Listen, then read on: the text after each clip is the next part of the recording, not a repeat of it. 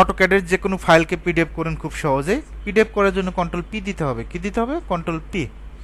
এইরকম একটা ইন্টারফেস আসবে। আমরা এখান থেকে ড্রয়িং টু পিডিএফ কি সিলেক্ট করব?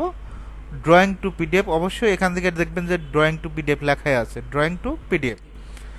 এখন এখান থেকে আমরা ডিসপ্লে থেকে উইন্ডো, আমি কতটুকু পিডিএফ করতে চাচ্ছি। আমরা তো সম্পূর্ণ পেজ পিডিএফ করব না, জাস্ট আমার কাজের জন্য এখানে একটা ক্লিক, এখানে একটা ক্লিক, ওকে পিডিএফ করব। এখানে সেন্টার, সেন্টার বলতে ড্রয়িংটা সেন্টারে আসবে। এখানে দুটো অপশন আছে, একটা পোর্ট্রেট, একটা ল্যান্ডস্কেপ। আপনি কাজের জন্য যেটা প্রয়োজন, আপনি যদি দেখেন যে ল্যান্ডস্কেপটা সম্পূর্ণ আসে, ল্যান্ডস্কেপ ক্লিক করবেন, পোর্ট্রেট ক্লিক করলে পোর্ট্রেট ক্লিক করবেন। আপনি কাজের জন্য যেটা প্রয়োজন হবে সেটা নিয়ে নেবেন। তারপর পিভিতে ক্লিক করব। এখন দেখেন পিডিএফটা হয়ে গেছে।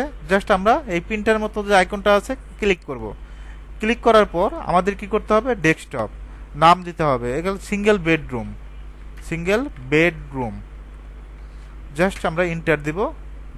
এখন আমাদের কি করতে হবে? এখানে পিডিএফটা শো করবে, পিডিএফটা হয়েছে নাকি।